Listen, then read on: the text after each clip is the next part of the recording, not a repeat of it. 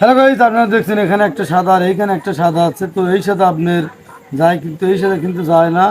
আর এই সাদা খেলতে কিন্তু ওই সাদা ওঠানো সম্ভব না। এই সাদা যদি এইখানে থাকতো অথবা এইখানে থাকতো, তাহলে কিন্তু ওই সাদা ওই পকেট খেলে এই সাদাটা তোলা যেত। তো এখন দেখুন এমন একটা পজিশনে আছে, তো এই সাদা খেলা যায় এবং ওই সাদাও তোলা যায়। সেটা হচ্ছে বিকল্প পদ্ধতিতে।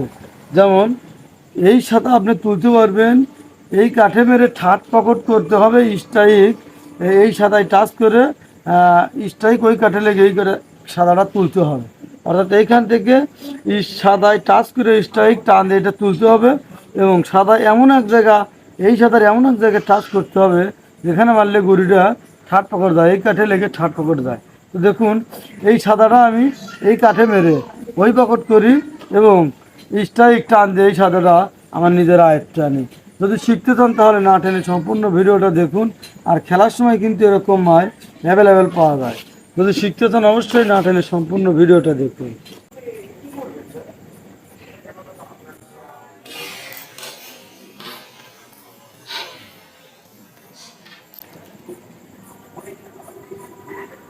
হ্যালো ভাইস, আমি কিন্তু কঠিন একটা শট দিয়েছিলাম যে এই গুলিটা ওই পকেট করবো আর স্ট্রাইক টান দিয়ে এই গুলিটা তুলবো। তো শটটা আসলে একটু ধীর গতিতে হয়েছে, যার কারণে গুলিটা পকেট যায়নি।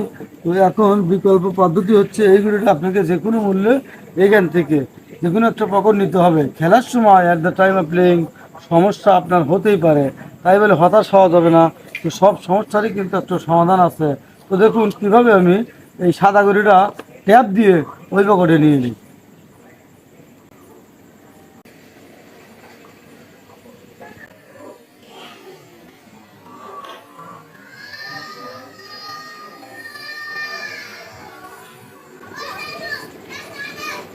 হ্যালো গাইস, আপনারা দেখলেন আমি কিন্তু এই কাঠের সাথে লাগানো গুঁড়িটাও কিন্তু ট্যাপ দিয়ে ওই পকেটে নিয়ে নিলাম।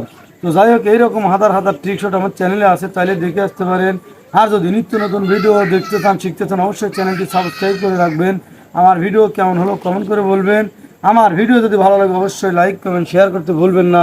ভালো থাকুন, সুস্থ থাকুন।